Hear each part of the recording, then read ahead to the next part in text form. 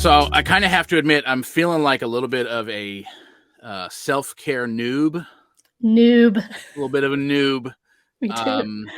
Most of how I've heard self-care talked about throughout my personal growth journey it's been talked about like the oxygen mask. Put your oxygen mask on first so you can take care of others. But the way that I think it has shown up in my experience has been this like aftercare, pampering, very luxurious, like I don't know, and like I tried that a little bit, shelling out a little bit of money to do it once or twice. I was like, this is expensive real quick. I don't actually have the time to go do all this. Yeah. And it really didn't help. Like it didn't, I didn't feel cared for. I didn't feel like, oh yeah, now I can go and really take care of whatever needs to be taken care of. And it was a really strange, I call bullshit.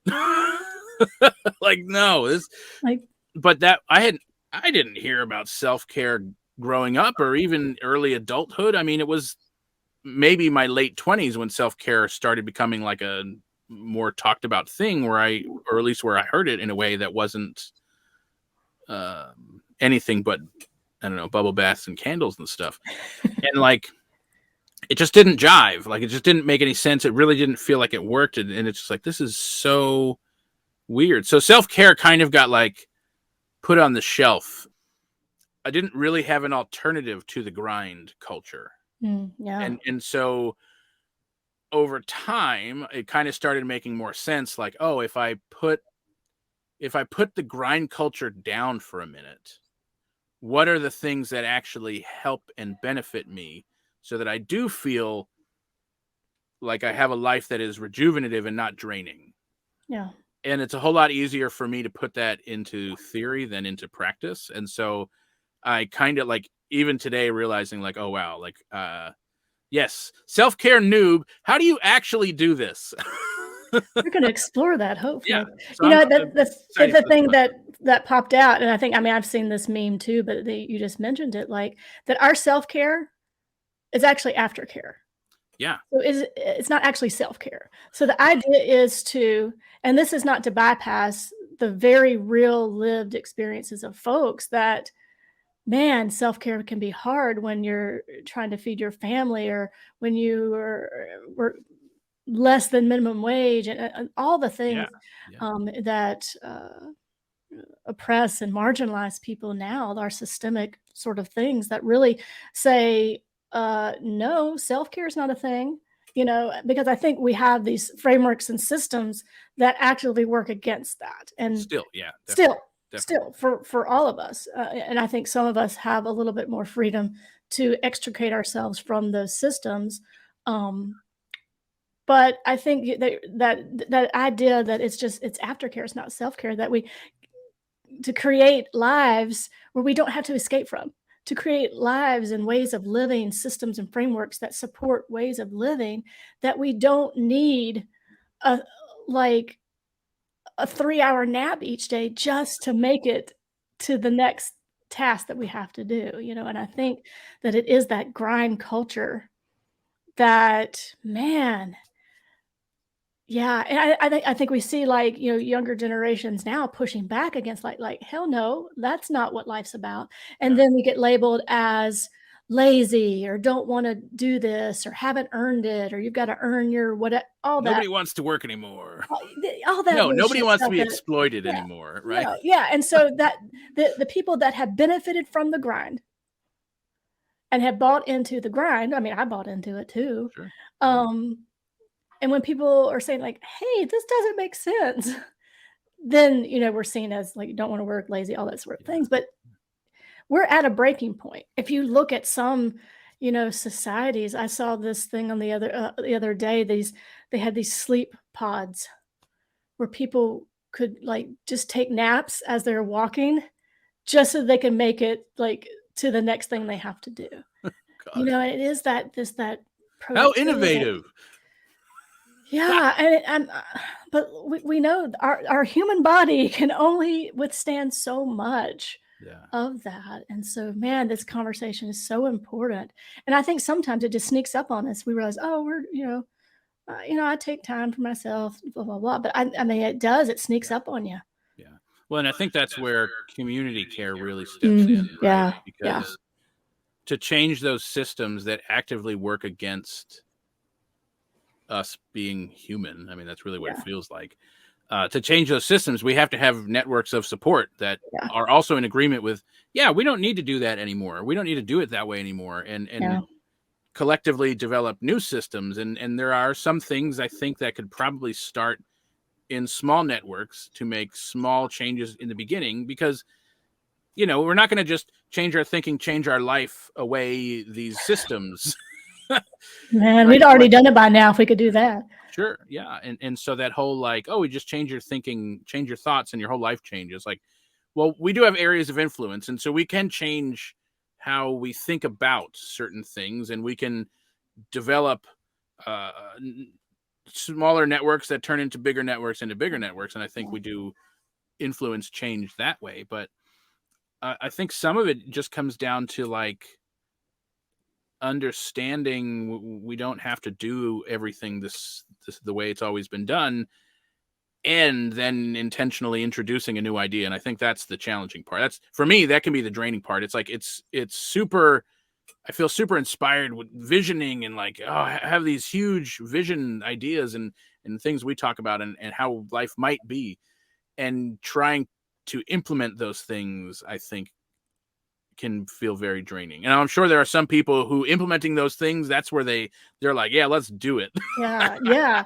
Well, and But it's interesting when you start to implement some of these ideas that we're talking about, especially boundaries. Let me just point out boundaries. yeah, Folks don't like it. Folks yeah, don't like it in your life when you are like, no, this is not something that's going to serve me. In my own life, people got so used to me saying yes to everything. You can only do so much before you're like crash and burn. And when you began to like, when I began to be like, no, I can't do that. Woo, that's a pushback. That's, oh, you're selfish. You're not, who are you to say no? And, the gamut of responses. yeah, Not from everybody, but from a select few folk.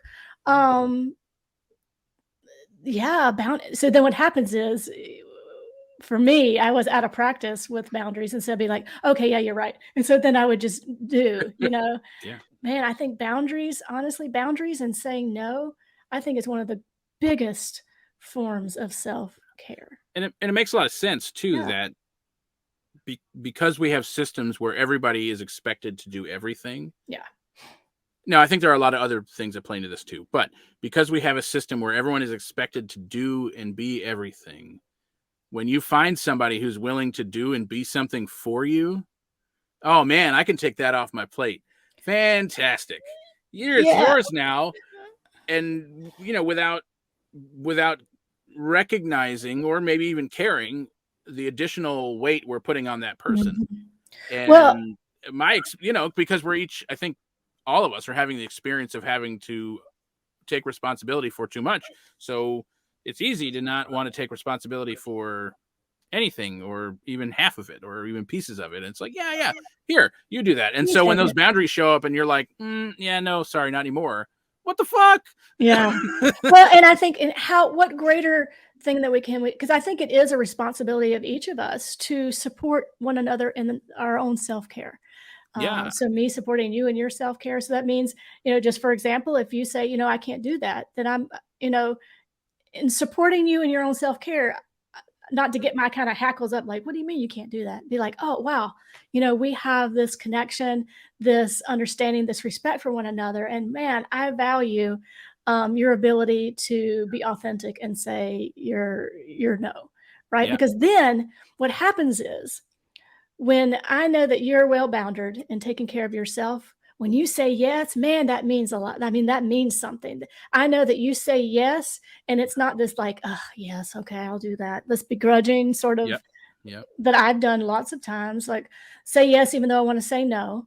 But when I say yes, then you can know, anyone in my life, when I say yes, you can know that I'm saying yes yes from a means space yes. of Yeah, yes. This is something I want to do. This is something, and sometimes it may not be something I want to do, but it's something that I'm able to do. It's something that I have the bandwidth. That's a big conversation in our house. Like, do you have the bandwidth for this conversation? And so Yeah. honoring people and the things that may be going on in their life.